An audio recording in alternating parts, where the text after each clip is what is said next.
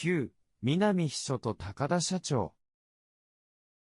青木刑事は、南秘書に一枚の写真を見せて、これは誰ですか？知っていますか？と聞いた。南秘書は写真を見て、知っています。彼は、船舶会社の社長、高田さんです、と答えた。青木刑事は、あなたはどうして高田社長を知っていますか？と聞いた。南秘書は、最近、金山社長が高田社長と一緒に仕事をしていたので、知っています、と、青木刑事を見ないで答えた。青木刑事は、それだけですか？と聞いた。南秘書は、はい、それだけです、と、また、青木刑事を見ないで答えた。青木刑事は、あなたと、高田社長が初めて会った日はいつでしたか？と、南秘書にまた質問をした。南秘書は少し考えた後、3ヶ月前です。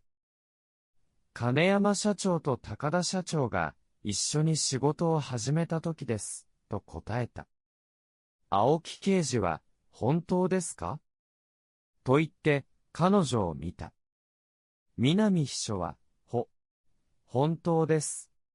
と答えた。青木刑事はすぐに、高田社長は、あなたの夫ではありませんか？どうして、それを言わないんですか？と聞いた。南秘書は目を大きくして、何も言わないで机を見ていた。彼女の顔は赤くなっていた。青木刑事は、大きい声で同じことを聞いた。あなたは、高田社長の妻なんですよね。高田社長は、あなたの夫ですよね。どうして言わないんですか？どうして誰も知らないんですか？